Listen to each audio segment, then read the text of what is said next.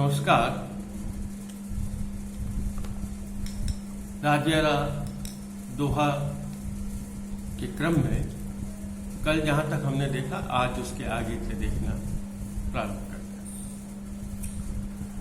जब आप इनके विस्तृत अध्ययन को देखेंगे तब आपके मन में एक सवाल आ सकता है, और यह सवाल यह है कि कवि जो एक बात कहता है, कहीं आगे दोहे में वो उससे थोड़ी विपरीत या अलग हट के बात कहते थे, और आपको उस समय लगेगा कि कवि ने एक बात उस समय कही, वो अलग थी, ये जो बात कही है तो बिल्कुल अलग है।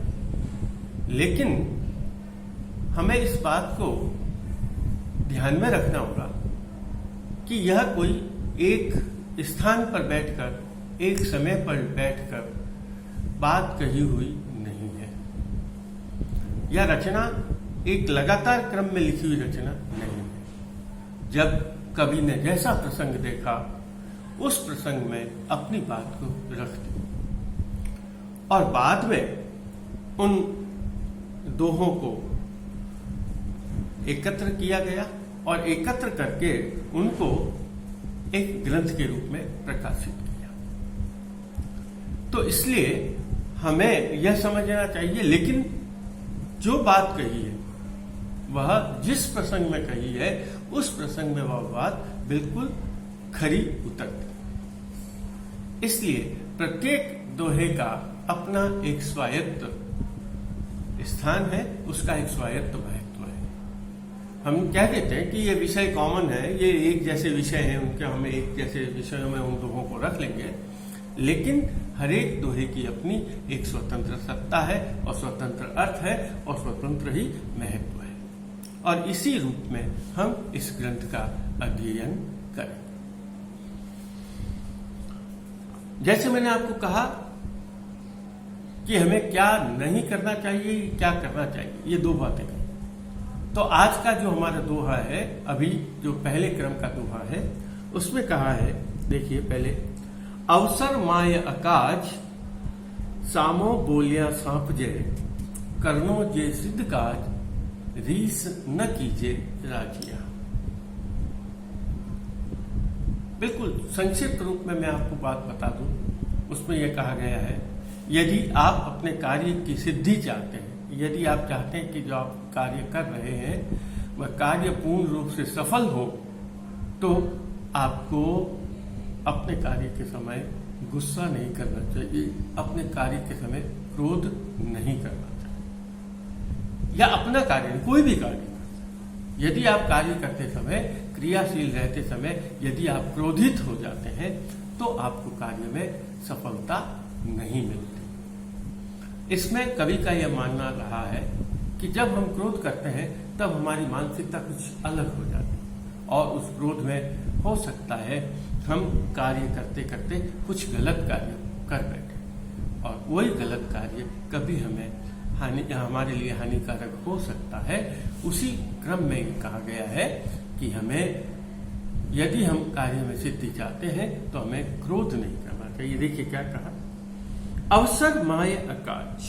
अकाज, जब कार्य करने का अवसर आता है, जब कार्य करने का मौका आता है, जब कार्य करने का समय आता है, जब अवसर उपस्थित होता है, तब हमें, तब क्या होता है, यदि हम सामो बोलिया, यदि हम किसी के सामने बोलते हैं जो हमारा कार्य करना चाह रहा है, या जैसे भी जिस क्रम में हमारा कार्य हो रहा है उसमें यदि हम सामने बोलना, सामने बोलने का अभिप्राय है क्रोधित हो जाना, अपना आपा खो देना, तो उससे क्या होता है, सामने बोलने से अकाज हो जाता है। जो कार्य होना होता है वह कार्य कैसा हो जाता है, अकार्य हो जाता है।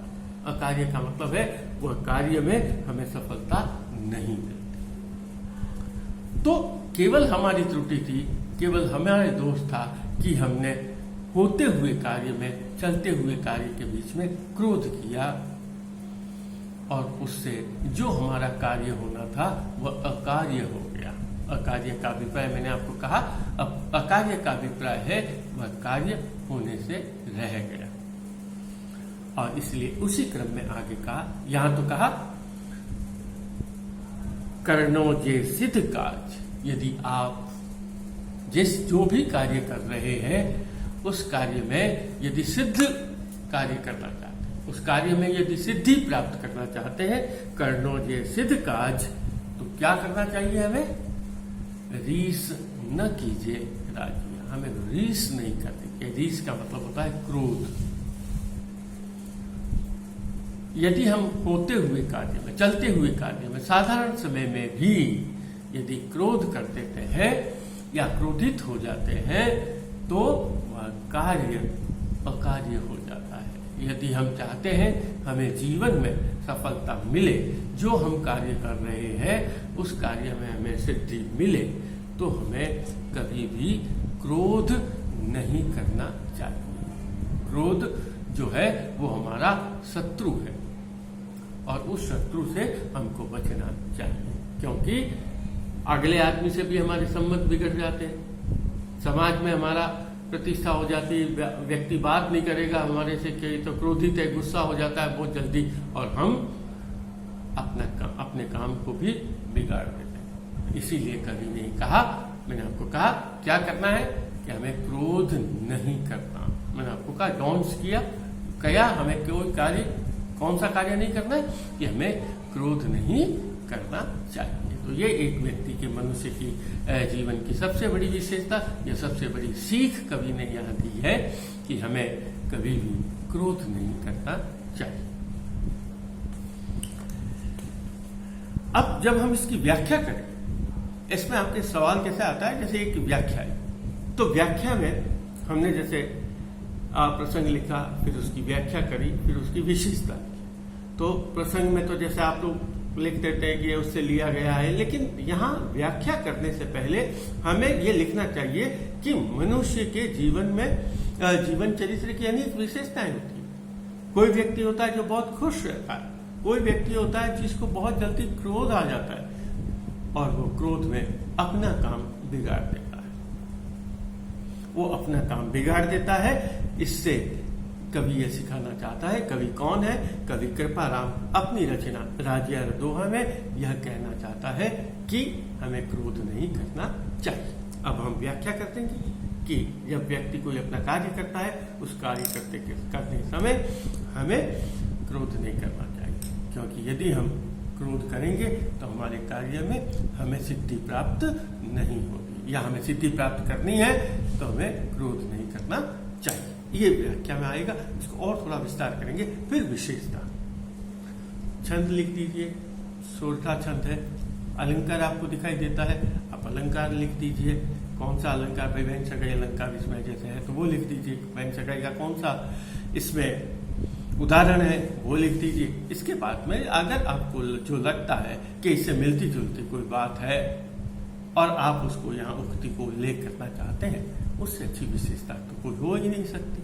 वो हमें इस प्रकार से इसकी व्याख्या करनी। ठीक है, चलते हैं आगे। देखिए कि व्यक्ति की प्रवृत्ति कभी नहीं बदलती। व्यक्ति चाहे कितने भी ऊंचे पद पर पहुंच जाए, चाहे वो कितना ही साधन संपन्न हो जाए, चाहे कितना ही धन मिल जाए, या हम उस व्यक्ति को चाहे कितना भी खुश करने का प्रयास करें, संतुष्ट करने का प्रयास करें, लेकिन जिस व्यक्ति की यह प्रवृत्ति है जो किसी से भी खुश नहीं होता, जो किसी से भी प्रसन्न नहीं होता, संतुष्ट नहीं होता, ऐसे व्यक्ति जो है, वो व्यक्ति जो है, उन व्यक्तियों को कहा कि उनकी प्रवृत्ति निम्न है। यहाँ कवि ने उनके लिए शब्द का प्रयोग किया है, ऐसे व्यक्ति दुष्ट है। और ऐसे दुष्ट व्यक्तियों को से बचना चाहिए, और उनको चाहे कितना भी हम खुश करने का प्रयास करें, उनसे कभी भी खुश नहीं होते। क्या कहा इसने? देखिए, एहड़ा जाए उपाय आछोड़ी करनी अवर, दुष्ट किणी ही दाय राजी हुए न राजिया। एहड़ा का मतलब है व्यर्थ। एहड़ा जाए उपाय, वो सभी उपाय व्यर्थ चले जाते, जो भी हम काम करते हैं। कौन से उपाय है? आछोड़ी करनी अवर। अच्छा करनी करें, अच्छी करनी करें, अच्छा कार्य करें, आछोड़ी करनी। और अगर हम आगे, मैं पहले एक एक लाइन करता था। अहड़ा जाए उपाय आछोड़ी करनी अवर, दुष्ट किणी ही दाय। दुष्ट व्यक्ति जिनकी दुष्प्रवृत्ति है, दुष्प्रवृत्ति वाले लोग, दुष्ट किणी ही दाय। दाय का मतलब है प्रकाश, उपाय। राजी हुए न राजिया। हे राजिया, ऐसे लोग कभी भी प्रसन्न नहीं होते, ऐसे लोग कभी भी खुश नहीं होते, ऐसे लोग कभी भी अच्छा, हमारे लिए अच्छा कार्य नहीं कर सकते, चाहे हम उनके लिए कितना भी अच्छा कार्य करें। उनके प्रति जो भी हमारा अच्छा कार्य है, अच्छे उपाय हैं, जो भी हमने उनके लिए शुभकामनाएं दी, अच्छा कार्य किया, लेकिन वो सभी व्यर्थ चला जाता है। अहड़ा जाए उपाय, उनको हम चाहे कितना भी खुश करने का प्रयास करें, लेकिन वो सभी प्रयास क्या हो जाता है, अहड़ा जाए। अहड़ा जाने का मतलब है उनको खुश करने के जितने भी प्रयास है वो व्यर्थ चले जाते हैं। अहड़ा जाए उपाय आछोड़ी करनी अवर, और उनके प्रति हम जितना भी अच्छा कार्य करते हैं वो अच्छे कार्य भी व्यर्थ हो जाते हैं, क्योंकि जो ये दुष्प्रवृत्ति वाले लोग हैं, वो दुष्प्रवृत्ति वाले लोग किसी भी प्रकार से अपनी प्रवृत्ति को नहीं छोड़ते, अपनी दुष्टता को नहीं छोड़ते, अपनी निम्नता को नहीं छोड़ते, और वे कभी भी खुश नहीं हो सकते। उनको हम चाहे कितना भी संतुष्ट करने का प्रयास करें, लेकिन वो कभी भी संतुष्ट नहीं हो सकते। इसलिए उनके लिए जो भी किया गया कार्य होता है, वह कार्य बिल्कुल ही व्यर्थ जाता है। इसलिए उन्होंने कहा, कभी भी दुष्ट व्यक्तियों को संतुष्ट करने का कार्य, उनको खुश करने का कार्य हमें नहीं करना चाहिए, या ऐसा प्रयास भी हमें नहीं करना चाहिए। अब इसी से मिलता जुलता एक और है दोहा, इसी के आगे वाला, कि निम्न प्रवृत्ति के लोगों को, चाहे वो अल्प साधनों से युक्त हो, चाहे वो बहुत सारे विशाल, बहुत बड़ी, चाहे वो गरीब हो, चाहे अमीर हो, चाहे बहुत साधन संपन्न हो, चाहे अल्प साधन संपन्न हो, लेकिन चूंकि उनके मन में मैल भरा होता है। मैल का मतलब होता है जिनका मन बुराइयों से भरा, जिनका मन पाप से भरा हुआ होता है, जिनका मन दुष्टता से भरा हुआ होता है, वह मन की जो प्रवृत्ति है, वह मन की प्रवृत्ति कभी भी बदलती नहीं। देखिए क्या कहा, आगे मिले न अन्न, रंक पछे पावे रिजक। यहां रंक शब्द का प्रयोग किया। वैसे तो रंक का मतलब गरीब से होता है, साधनहीन व्यक्ति से होता है, जो राजा का विपरीत है, शक्तिहीन व्यक्ति से कहा गया है। लेकिन यहां रंक का अभिप्राय है जो मन से गरीब है, जो मन से कंगाल है, जो निम्न प्रवृत्ति वाले हैं, उनको रंक कहा गया है। आगे मिला, चाहे उनके पास पहले संपत्ति थी, व्यवस्थाएं थी, सुविधाएं थी, मौका था, अवसर था, लेकिन उन्होंने, तब भी वो ऐसे ही रहते थे, तब भी उनका मन खराब रहता था। और उन व्यक्तियों को चाहे अब कितना भी साधन मिल गया, कितनी भी सुख मिल गया, कितना भी सुख मिल गया, कितनी भी सुविधाएं मिल गई, और अब चाहे वो कितने भी आराम से रहते हों, लेकिन यदि उनका मन खराब है, उनके हृदय में मैल भरा हुआ है, मन में यदि निम्नता है, कार्य में निम्नता है, प्रवृत्ति में यदि निम्नता है, तो कभी कहता है मैला ज्यादा मन रहे सदा ही राजिया। जो निम्न प्रवृत्ति के, जो रंक प्रवृत्ति के हैं, जो ओछी प्रवृत्ति के लोग हैं, निम्न मानसिकता के लोग हैं, चाहे वो कितने भी साधन संपन्न हो या साधन विपन्न हो, संपन्न या विपन्न विपन्न यानी साधनों से विहीन हो या साधनों से युक्त हो, लेकिन यदि उनके मन में चाहे उनको कितनी भी सुविधा मिल जाए, कितना भी आराम मिल जाए, लेकिन वो, या ये भी कह सकते हैं कहीं कहीं, यदि उनके प्रति कोई भी सद्भाव रखे, लेकिन उनकी प्रवृत्ति कभी भी बदलती नहीं है। जैसे कल भी कहा था कि हींग को चाहे कितना भी कपूर में रखा जाए, कितनी भी खुशबू के साथ रखा जाए, लेकिन वो अपना गुण नहीं छोड़ती। कोई उसको गुण कहता है, कोई उसको अवगुण कहता है, कि वो अपनी दुष्टता कभी भी नहीं छोड़ता। जैसे कहानी आई थी ना, संत ने डूबते हुए कीड़े को बचाया, वो हथेली पे लेकर डालता है, बिच्छू और कीड़ा उनके हाथ को काट जाता है। अब वो हाथ पे काटता है, जैसे ही हाथ में काटता है, वो संत उसको हाथ झटकते हैं, वापस पानी में गिर जाता है। फिर संत उसको उठाते हैं, काफी बार देखता है, एक व्यक्ति पूछता है आप ये दोनों, तो जब ये अपनी दुष्टता नहीं छोड़ता, तब मैं अपना साधुत्व क्यों छोड़ूं, अपनी महानता को क्यों छोड़ूं। तो यहां इसी बात को समझाया है। लेकिन ये कहा, दुष्ट कभी भी अपना, वो कीड़ा जानता है, कीड़े को हो सकता है पता हो या न हो, लेकिन वो जानता है वह उसका काटने की प्रवृत्ति, दुख देने की प्रवृत्ति है, इसलिए वो अपने बचाने वाले को भी काट रहा है। इसलिए कहा, मेला ज्ञान मन रहा सदा ही राजिया, रहे सदा ही राजिया। उनका मन हमेशा हमेशा के लिए मेला या कुटिलता से परिपूर्ण रहता है।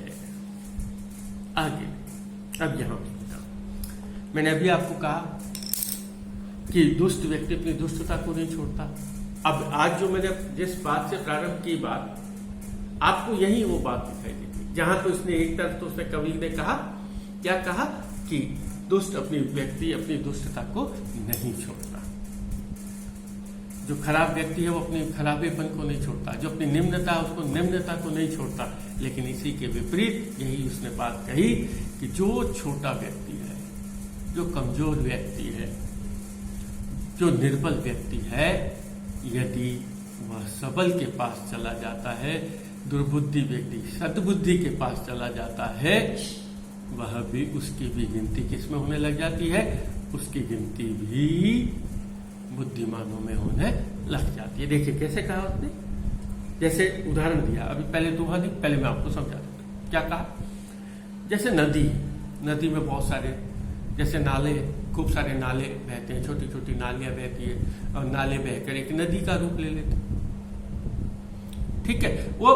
अब वो नाले को हम ढूंढना चाहेंगे, नाला कहाँ गया, नहीं, अब वो नाला किसका रूप ले लिया, उसने नदी का रूप ले लिया। अब नदी का कोई नाम है तो नाम हो गया, जैसे अभी गंगा नदी, उसमें खूब सारे नाले आके मिल गए ना, अब चाहे वो गंदगी है चाहे कुछ भी है, अब वो सब किसका भाग बन गए, किसका हिस्सा बन गया, किसका रूप ले लिया उसने, उन्होंने ले लिया नदी का, गंगा का।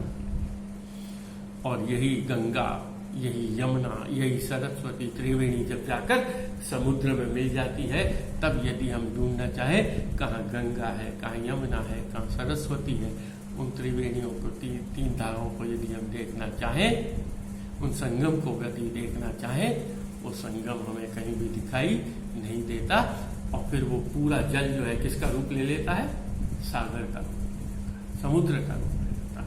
अब वहां नदियां समाप्त हो जाती है, नदियां अपने रूप को छोड़कर किसका रूप ग्रहण कर लेती है, समुद्र का रूप। तो यही उसने कहा, समुद्र का रूप लेने के लिए उसने कहा, जो व्यक्ति चाहे बुरी प्रवृत्ति का हो, चाहे छोटा हो, चाहे निम्न हो, लेकिन यदि वह अच्छे व्यक्ति के संगति में जाता है, उच्च व्यक्ति के संगति में जाता है, तो क्या हो जाता है, आछोड़ा ढिक जाए, आछोड़ा भेड़ा हुए।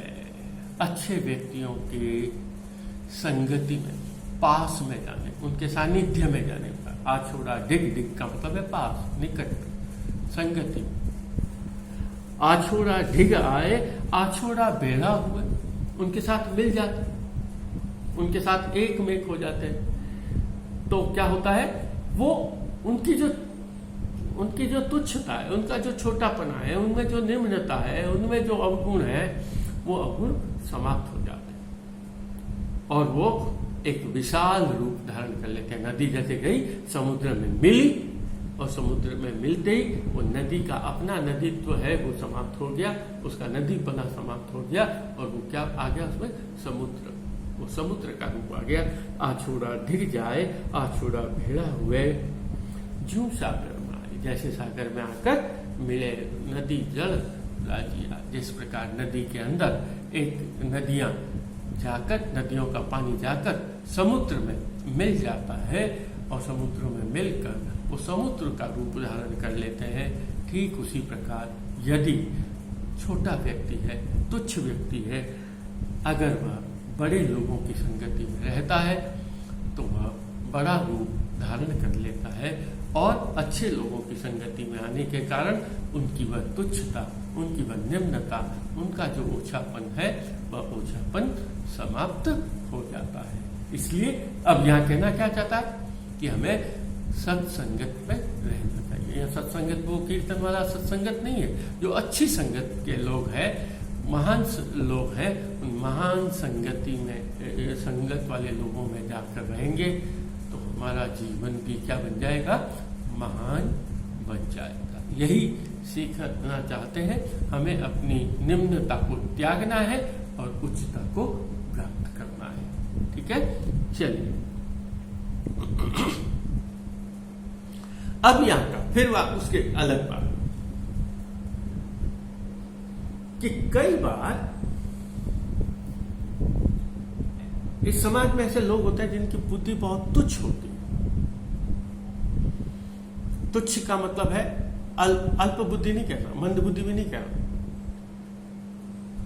जो जिनके कुछ होता नहीं, ना तो शक्ति है ना बुद्धि है, लेकिन वे लोग अपने आप को दिखावा बहुत उच्चता का करते हैं। वो सोचते हैं हमारे मुकाबले इस संसार में कोई नहीं, हमारे जितना महान इस संसार में कोई नहीं। और इस संसार में जो गति हो रही है वो सभी गति किसके पीछे हो रही है, हमारे पीछे। और नहीं तो कई बार ऐसा होता है, व्यक्ति ने किसी का कार्य किया, किसका हित संपन्न किया, किसी का कुछ किया, किसी का कुछ किया, लेकिन होता क्या है कि जब वह कार्य होने को होता है तब वो अपने आप को अलग कर, फल प्राप्त होना है वो कि नहीं हमने कुछ नहीं किया, ये तो अपने आप हो गया। और वहीं जब तुच्छ व्यक्ति होता है, चाहे वो कितना भी अल्प कार्य करे, चाहे वो कितना भी छोटा कार्य करे, लेकिन वो हमेशा यही कहता है यह कार्य किसने किया, मैंने किया। जो कार्य न करके अल्प बुद्धि वाला तुच्छ व्यक्ति वाला होता है, वो चाहे कार्य कितना भी कम करे, तुच्छता से परिपूर्ण करे, लेकिन वह दिखावा सभी लोगों के सामने ऐसा करता है जैसे इस संसार में संपूर्ण कार्य करने वाला मैं ही हूं। देखिए क्या कहा, आछो मान अमाव मतहीना के मिनग पुटिया की जो पांव राखे ऊपर राखिया। कुछ बुद्धिहीन लोग क्या कहा, आछो मान अमाव, अच्छा मान अमाव, अमाव का मतलब है जो समाये नहीं। समाना होता है एक व्यक्ति में जो गुण होते हैं, शांत रहता है, लेकिन ऐसा व्यक्ति होता है जिसमें गुण नहीं हो या एकाध भी विशेषता हो, वो अपने आप को बहुत ऊंचा समझता है, वो अमाव हो गया।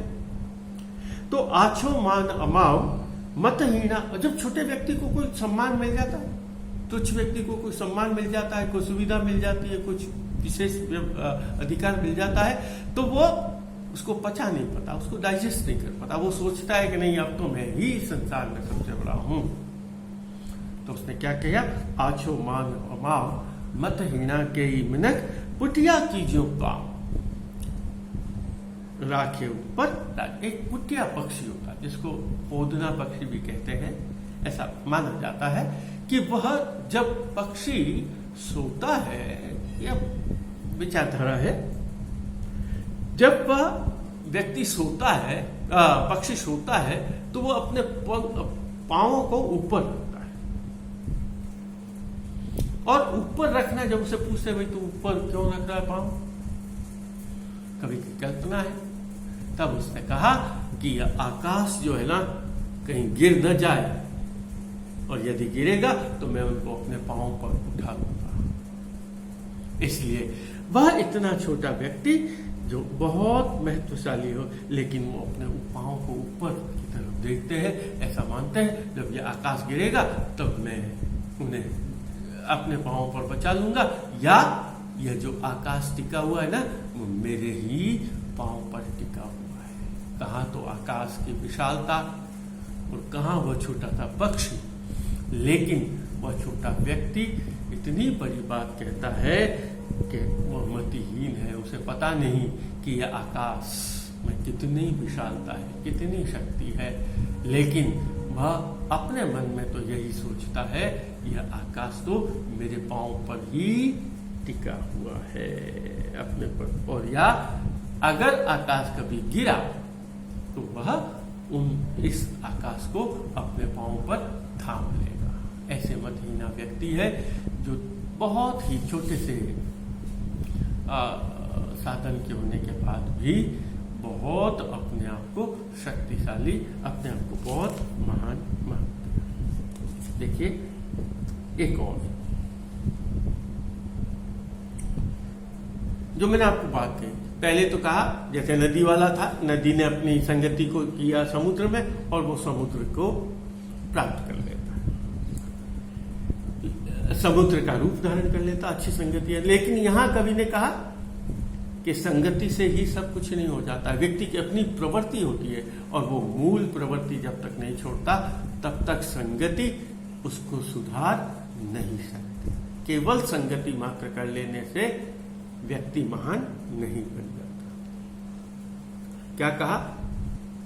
आवे नहीं इलोड़, बोलन चालन रे विविध, टिटोड़िया रे टोड़, राजहंस री राजिया।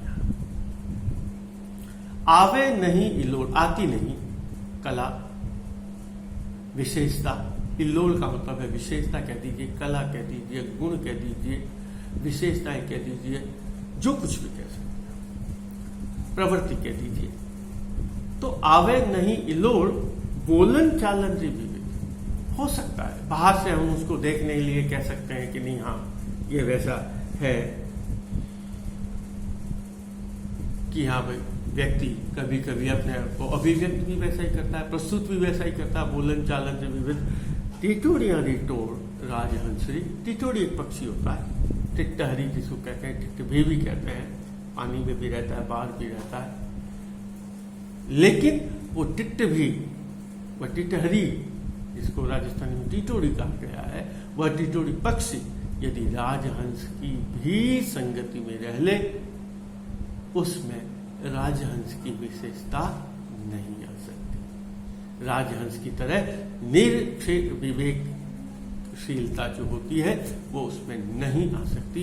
क्यों नहीं आ सकती? क्योंकि वह अपने आप में जो बुद्धि, जो विवेक बुद्धि है, वह केवल हंस में हो सकती है, राजहंस में हो सकती है। इस रूप में यहां उसने कहा कि केवल संगति मात्र से ही व्यक्ति में गुण नहीं आ सकता, व्यक्ति में मौलिक प्रवृत्ति होनी चाहिए, व्यक्ति में अपने आप की विशेषता हो सकती है, और वही विशेषताओं के कारण व्यक्ति महान बनता है। देखिए एक और,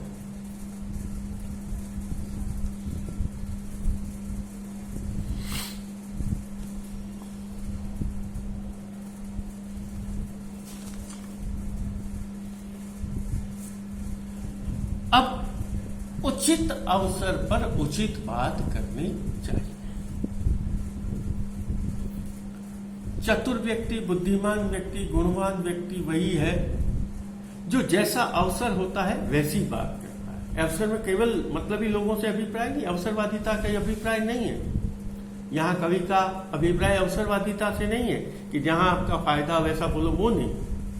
उचित अवसर पर उचित बात करनी, जैसा मौका है वैसी बात करनी। ये शोक की घड़ी है और आप प्रसन्नता जाहिर कर रहे हैं, वह उचित प्रसन्नता की बात है।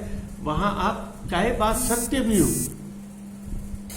लेकिन वो सत्यता के नाम पर आपको वह गलत बात नहीं कहनी चाहिए।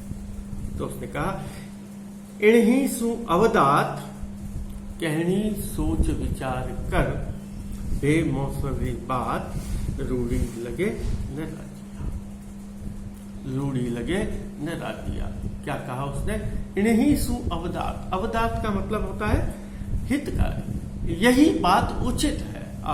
अवदात का मतलब उचित, न्यायप्रिय, वो औचित्यपूर्ण बात है। वह औचित्यपूर्ण बात कौन है? कौन सी बात औचित्यपूर्ण है? जब हम अवसर को देखकर बात करते। इन्हीं सु, यही बात औचित्यपूर्ण है, न्यायप्रिय है, उचित है। इन्हीं सु अवदात, कब, कौन सी? हम जो भी बात कहें, कहनी सोच विचार कर, उसको हमें बहुत सोच विचार कर कहना चाहिए। बहुत सोच विचार कर कहना चाहिए, कहनी सोच विचार कर। आगे क्या कहा? बेमौसरी बात रूढ़ी लगे न राजिया।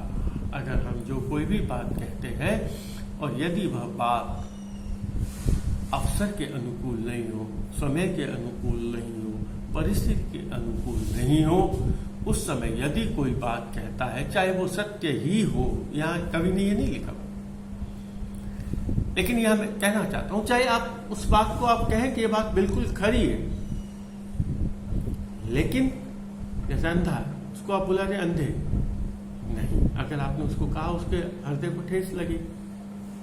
सब जानते हैं कि हाँ वो अंधा है, अंधा भी जानता मैं अंधा हूं, लेकिन उसको अगर ऐसे कहेंगे यह उचित नहीं। तो यही उसने बात कही कि जब भी कोई हम बात कहें तो हमें अवसर के अनुकूल, उचित अवसर के न्यायप्रिय बात करनी चाहिए। क्योंकि जो कोई अवसर के अनुकूल, परिस्थितियों के अनुकूल, विशेषता के अनुकूल यदि कोई बात कहता है, वह बात उचित नहीं लगती है। आज का क्रम